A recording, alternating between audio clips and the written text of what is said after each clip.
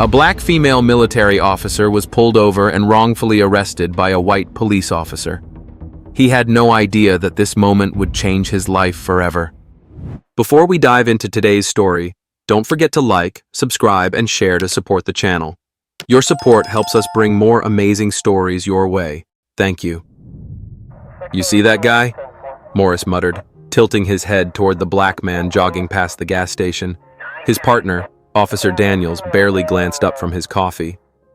"Marcus Johnson," Daniels said, unimpressed. "Teaches at the high school. Math, I think." Morris scoffed. "Looks like he's casing the place." Daniels sighed, rubbing his temples. He'd heard this before.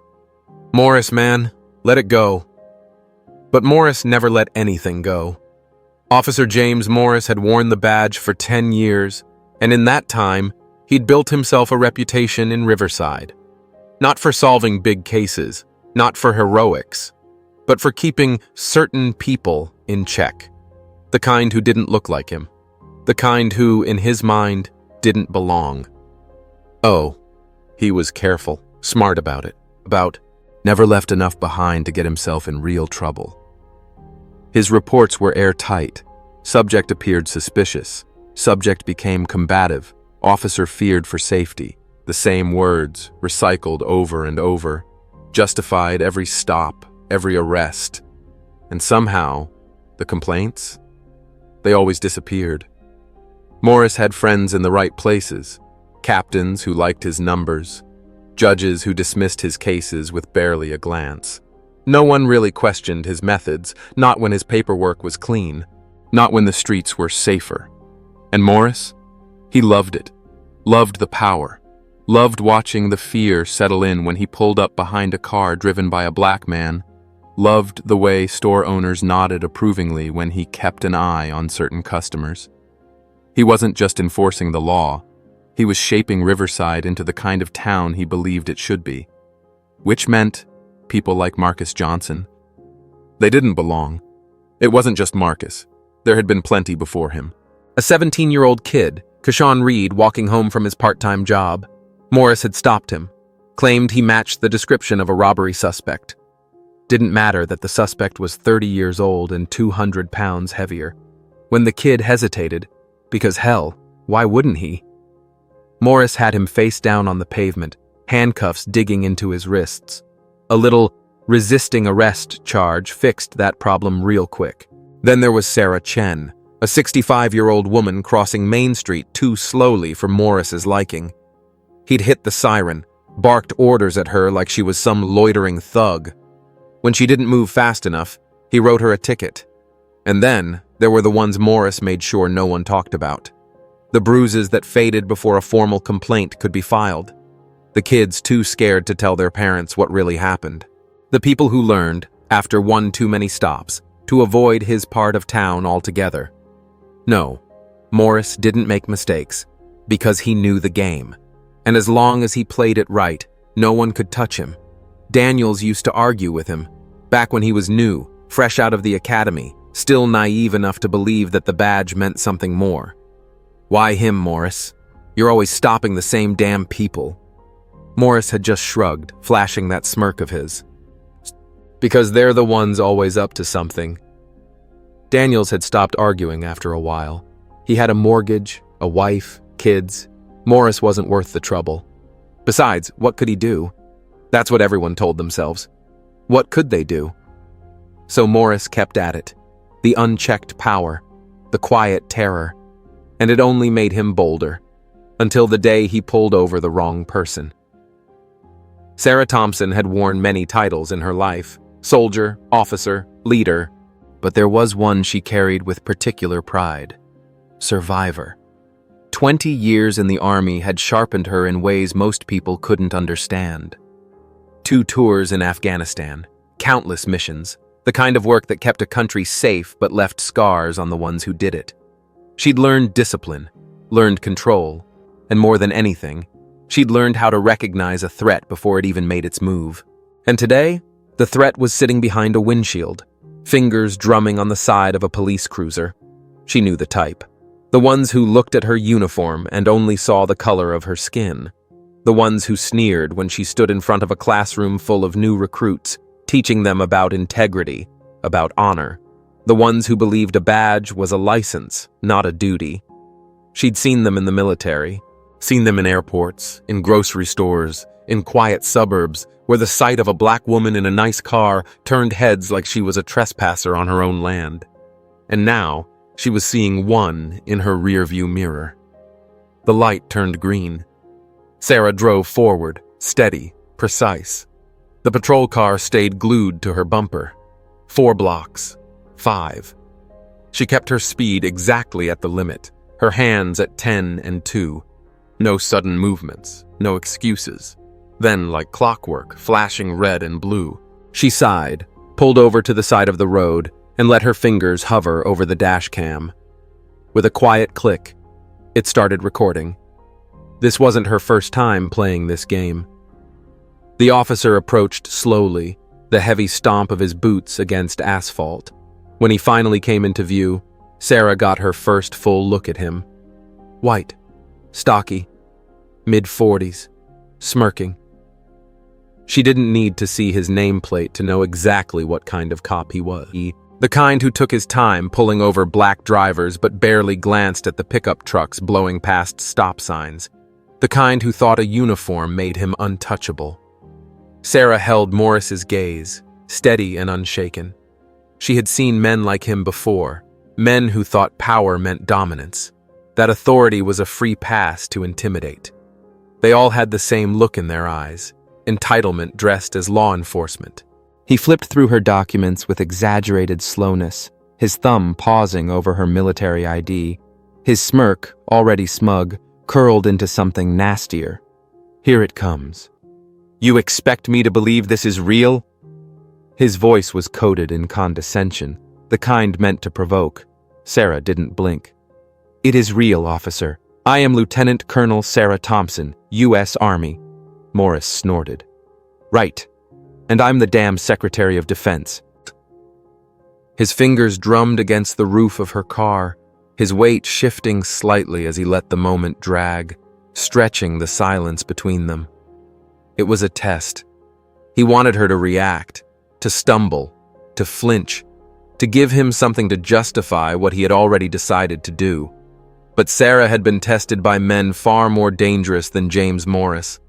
She kept her hands where he could see them. Officer, may I ask the reason for this stop? His smirk disappeared. He hadn't expected that. Politeness laced with authority. You swerved back there, he said, too casually, as if he hadn't just made it up. Looked like you might be impaired. Her jaw tightened. She knew every trick in the book. Call a black driver erratic. Claim they appeared intoxicated. Force them out of the car. Escalate when they questioned it. She had trained soldiers on these very tactics, drilled them on how to handle roadside stops without causing unnecessary conflict. And now, she was standing face to face with the very thing she had spent years preparing others to fight. My dash cam is recording, officer, Sarah said smoothly. I'm sure it will confirm that I was driving safely and within the speed limit. Morris's eyes darkened. And there it was. The moment where the game shifted. Because men like him, they didn't like being challenged. Step out of the vehicle. His voice was sharper now, tinged with irritation. Sarah's stomach clenched, but her face remained composed. Under what grounds? His hand drifted toward his holster. Because I said so. For a moment, everything stilled. Sarah was trained for high-pressure situations, for moments where one wrong move could mean life or death, and she knew what this was, a power play. Morris wanted control, wanted compliance, wanted to prove, to himself, to the people watching, that he could put a woman like her in her place. She inhaled slowly. I have the right to know why I'm being detained. His nostrils flared. The smirk was gone now, replaced by something colder. You're resisting. A lie, a weaponized word, a justification. Morris reached for her arm, hard. Sarah reacted on instinct, not with fear, not with panic, but with training. She pulled back just enough to maintain her stance, her feet planted, her expression firm. "Officer, I am not resisting. I am complying with all lawful orders. Please state the reason for this arrest." Her voice was even, professional, unshaken. But it didn't matter, because this was never about the law. The grip tightened. Sarah barely had time to brace herself before Morris yanked her forward, spinning her around with a force meant to send a message. "You do not dictate how this goes. I do." The cold metal of the cuffs bit into her wrists, snapping shut too tight, too fast. Pain flared up her arm. She bit the inside of her cheek, forcing herself to stay calm. Breathe. Stay composed. Make them regret this later, not now. Morris leaned in close. "Not so high and mighty now, are we, Colonel?" Sarah ignored him. She lifted her chin, eyes locked on the patrol car in front of her. Across the street, people had begun to slow down, watching the scene unfold. Not interfering, not recording, just watching. Because that's how it always went, didn't it? People saw. People knew. And still, silence. Morris strutted into the precinct like he'd just won a damn medal. "Guess what I caught today?" he announced, tossing Sarah's military ID onto the front desk with a cocky grin.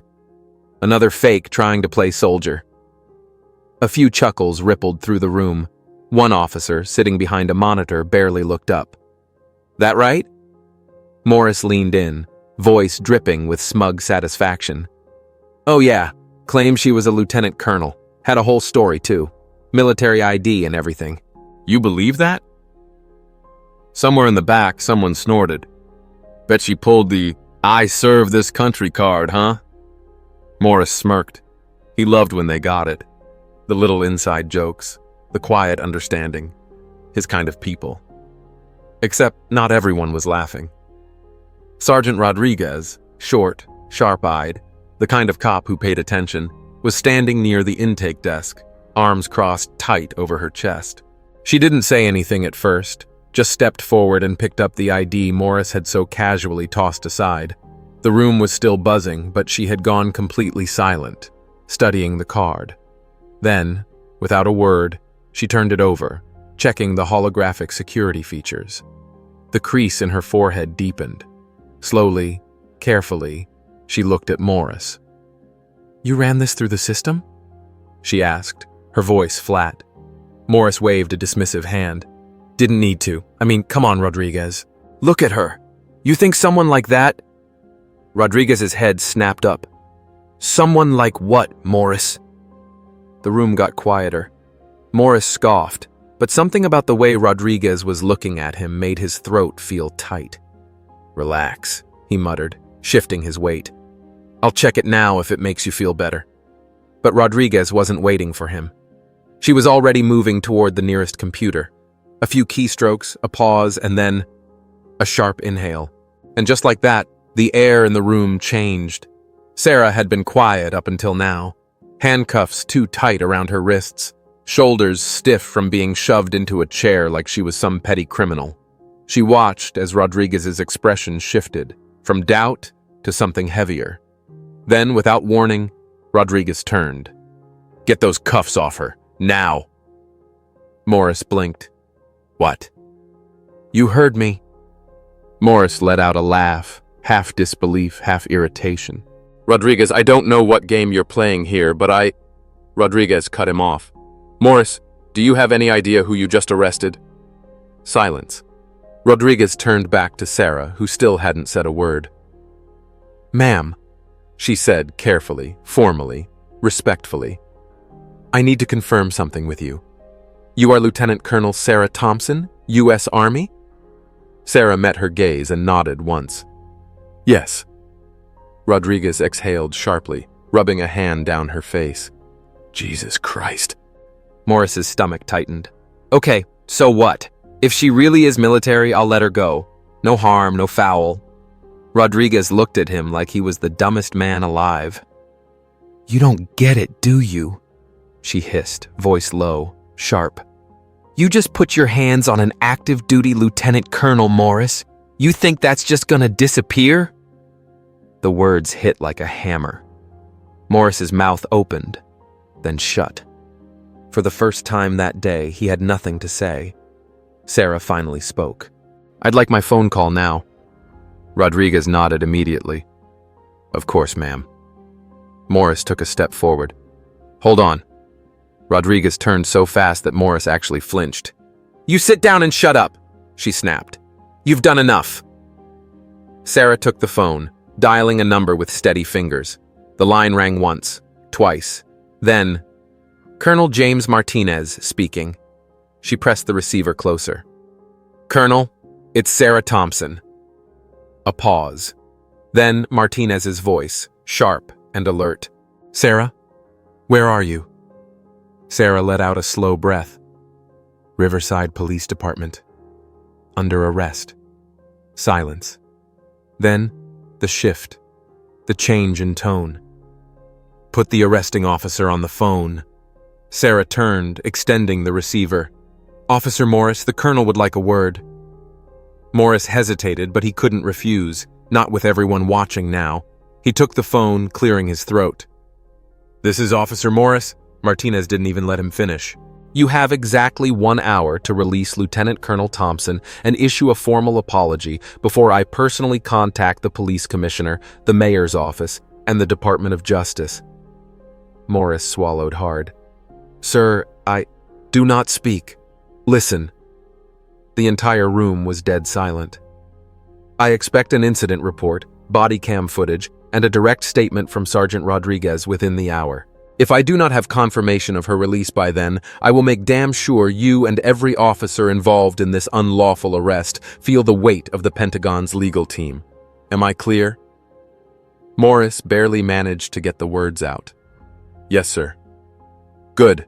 Now get those cuffs off my officer." Click. The line went dead. Sarah didn't smirk, didn't gloat. She just sat there, watching as Morris stiffly unlocked the cuffs, his hands shaking slightly. Rodriguez didn't wait for him to finish. She turned to Sarah, her voice softer now. "I'm sorry, ma'am. This should never have happened." Sarah rubbed her wrists, standing up slowly. "No, it shouldn't have." Morris stepped back, eyes darting around, looking for a way out, a way to fix this. But there was no fixing this. Morris left the precinct that night with a tightness in his chest that hadn't been there before.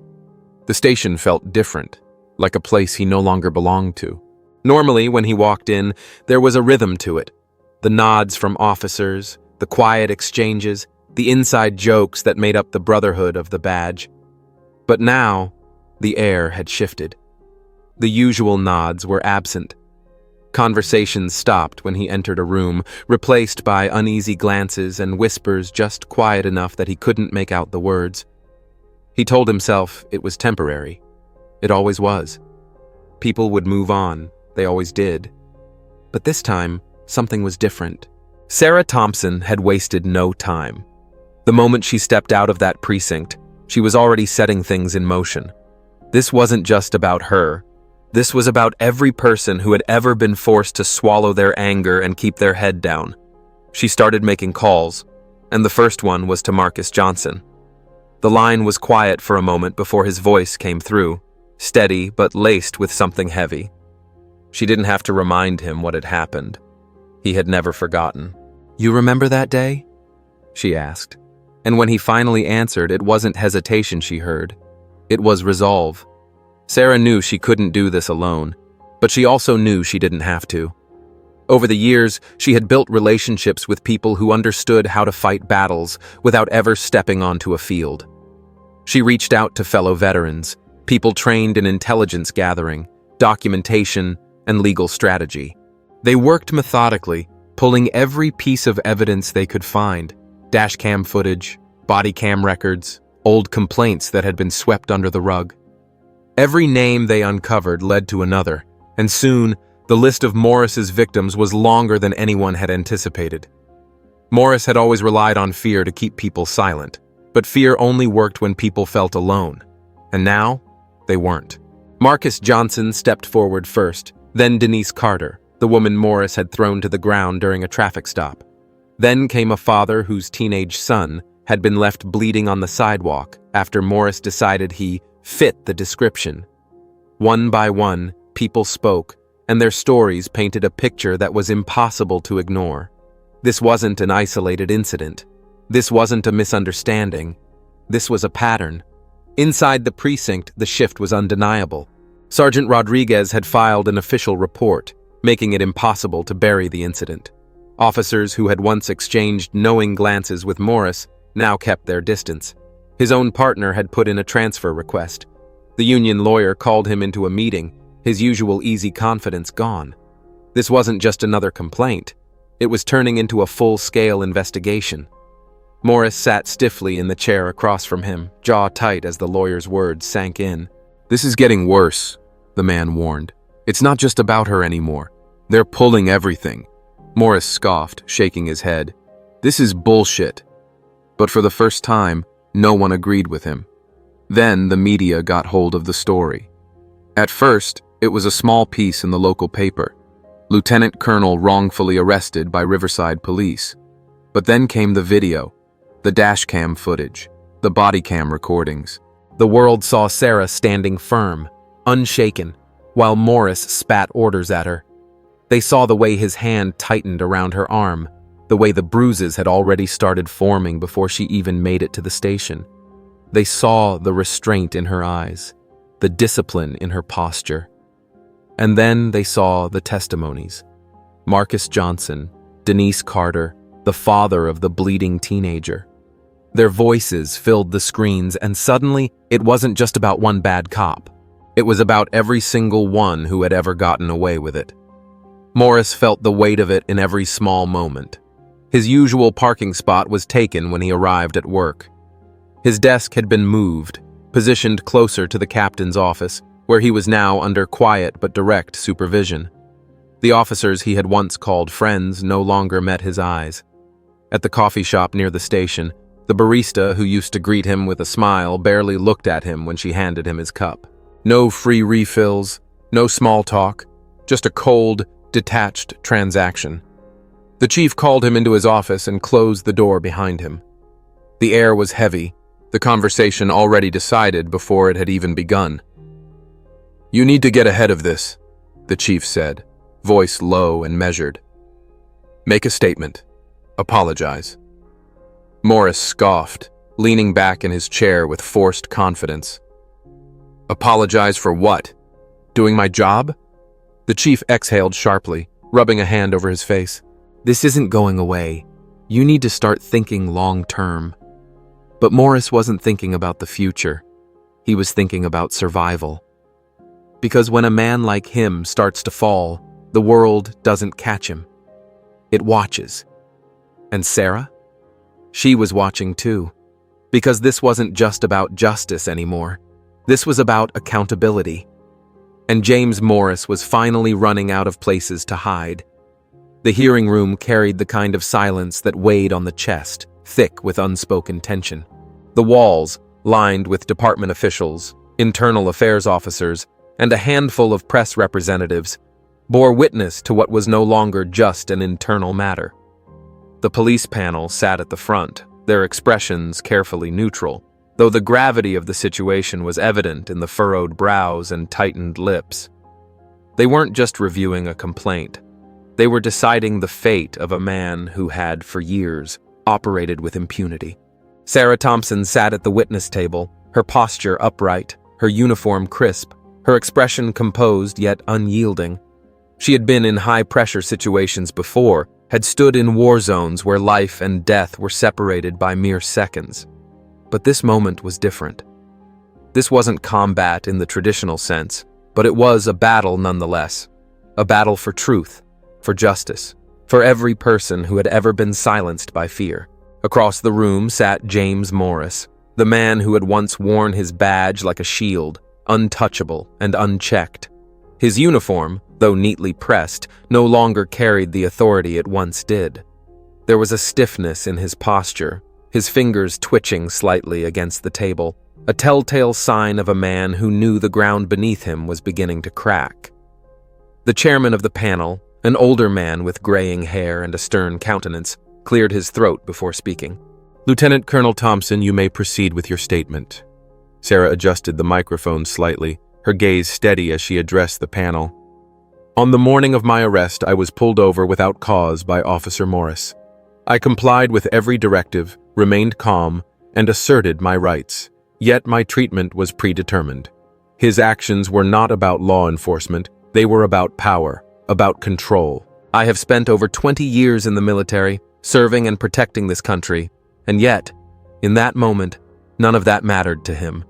What mattered was that I was a black woman in a car he believed I had no right to be driving. She let her words linger, allowing them to settle in the air before continuing. This was not an isolated incident. Officer Morris has a documented pattern of racial profiling, excessive force, and abuse of power. The evidence is here, and today we will all bear witness to it. With the press of a button, the lights dimmed slightly, and the screen behind her flickered to life. The first clip played, dashcam footage from Morris's own patrol car. The timestamp was clear, the road empty, Sarah's vehicle signaling properly before pulling over. The audio filled the room, capturing Morris's voice, curt and demanding, followed by Sarah's measured responses, the way he yanked her arm, the snap of the handcuffs tightening around her wrists, the unnecessary force used on a woman who had posed no threat. The footage cut to another clip, different day, different victim, but the same aggression. A young black man, barely more than a teenager, shoved onto the pavement, his voice cracking as he pleaded, "I didn't do anything, sir. Please." Then another clip, an elderly woman clutching a citation for obstructing traffic, her face twisted in confusion. Then another, then another. The air in the room grew heavier with each frame. There were no raised voices, no dramatic outbursts, only cold, undeniable truth playing out on the screen. Morris's lawyer shifted uncomfortably, flipping through his notes as if searching for an angle. But there was no spinning this. The footage was fact. The pattern was irrefutable. Sarah let the silence stretch before speaking again. This is what happens when power is given without accountability. When a badge is used not as a duty but as a weapon. The chairman exhaled sharply, rubbing his forehead before turning to her. Lieutenant Colonel Thompson, do you have any additional witnesses? Without moving her gaze, Sarah answered, Yes, I do. The door at the back of the room opened, and a young woman in uniform stepped inside. She moved with purpose, though there was a tightness in her jaw, a tension in her shoulders. Her badge, polished to a shine, reflected the overhead lights as she walked past the rows of officers and department officials. When she reached the witness table, she met the panel's gaze before speaking. Officer Catherine Morris, Riverside Police Department. There was a murmur through the room, a shift in atmosphere as recognition settled in. She didn't look at her father. She didn't need to. The chairman nodded. Officer Morris, do you have knowledge of misconduct committed by Officer James Morris? Katie's hands remained folded in her lap, her voice measured and clear. Yes, sir, I do. And are you prepared to give testimony under oath? Yes, sir. Her father, who had sat rigid and silent until now, finally found his voice, his words quiet but sharp. Katie, don't do this. For the first time, she turned to face him. There was no hesitation when she spoke. I grew up watching you wear that uniform. I thought it meant something honorable.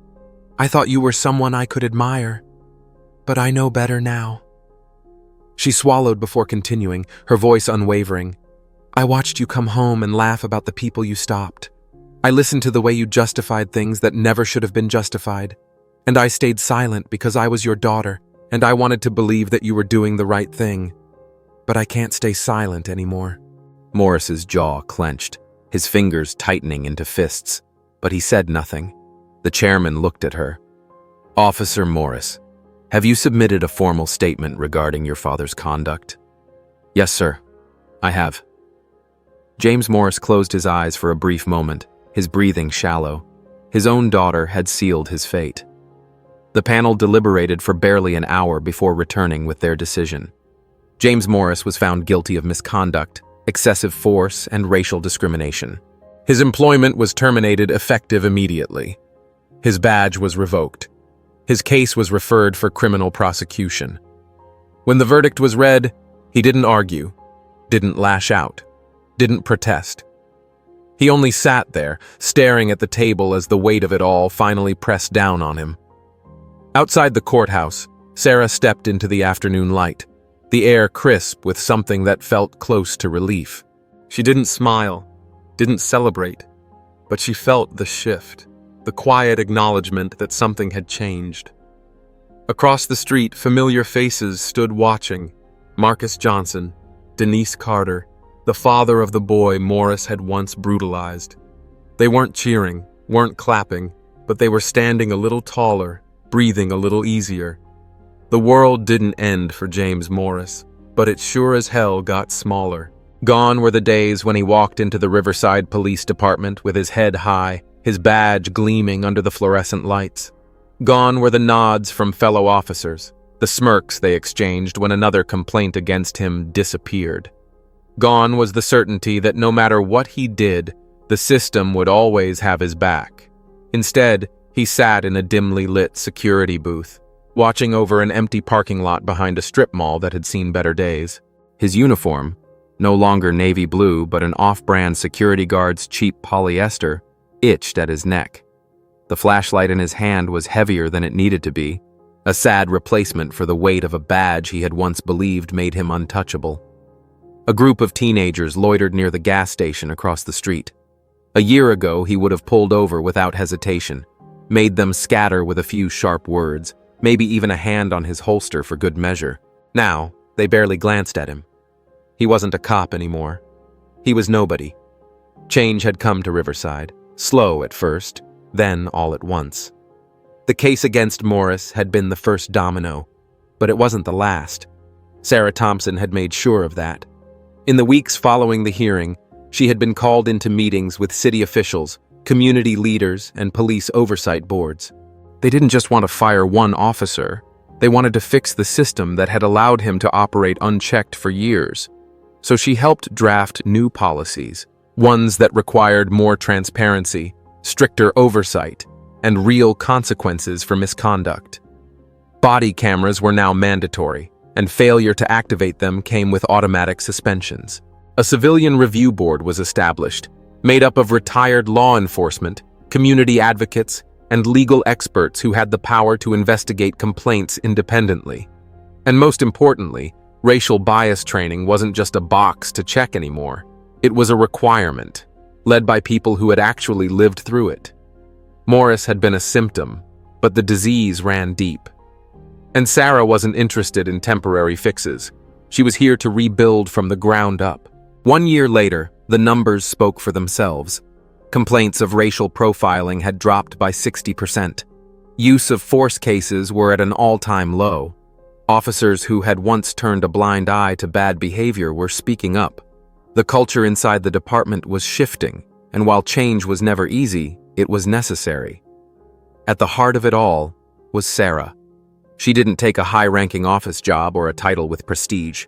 She stayed where she was needed, training new recruits, mentoring officers who actually wanted to serve their communities, and making sure the reforms weren't just words on paper, but policies that had real teeth. She had seen too much, fought too hard, to let it all slip away. Morris rarely left his apartment outside of work. He had learned quickly that the town he had once protected now wanted nothing to do with him. The grocery store cashier who used to greet him warmly now avoided eye contact. His old barber suddenly had no openings whenever he called. Even the officers who had once laughed at his jokes now crossed the street when they saw him coming. It wasn't just that he had been fired, it was that he had been exposed. There was no going back. The last time he had tried to apply for another law enforcement job, the interview had ended before it even began. His name was on every database, every blacklist. No department wanted the baggage that came with hiring him. And deep down, he knew that even if they did, he wasn't the same man anymore. The arrogance had been stripped away, leaving behind something hollow. One afternoon, as Sarah walked out of the Veterans Center where she had been volunteering, she spotted him sitting alone on a bench near the bus stop. His posture was slumped, his uniform wrinkled, his face worn in a way that had nothing to do with age. For a moment, she considered walking past him. Let him fade into the background. Just another cautionary tale of what happens when power is abused and justice finally catches up. But something in her, something that had always been stronger than anger, made her pause. Morris looked up, eyes meeting hers. He didn't sneer, didn't glare, just nodded, barely. A small, exhausted gesture. She returned the nod, then kept walking. Because this was never about revenge, it was about making sure no one else had to go through what she did. And for the first time in a long time, it felt like that future was finally possible. This story is more than just a tale of justice served. It is a powerful commentary on accountability, resilience, and the slow but inevitable downfall of unchecked power. From the beginning, James Morris represents the kind of law enforcement officer who abuses authority, believing that his badge grants him immunity. His arrogance, his deep-seated racism, and his complete disregard for human dignity paint the picture of a system that has protected men like him for far too long. But what makes this journey truly impactful is Sarah Thompson's quiet strength. She never once raises her voice, never seeks revenge, she simply demands accountability. Her unwavering discipline, her ability to gather evidence, and her refusal to back down turn her from a victim into a force of change. Through her actions, we see that justice is not always swift, but it is inevitable when good people stand up. The story's greatest lesson is that power is not a shield against consequences. Morris learns, in the most humbling way, that fear and intimidation only last until people find the courage to fight back. And for Sarah, the victory is not personal, it is systemic.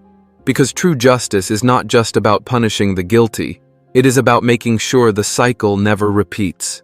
If this story touched your heart, don't forget to like and share it. Leave a comment to tell us how it inspired you, and if you haven't already, subscribe to the channel. May God bless you and be with you every step of the way.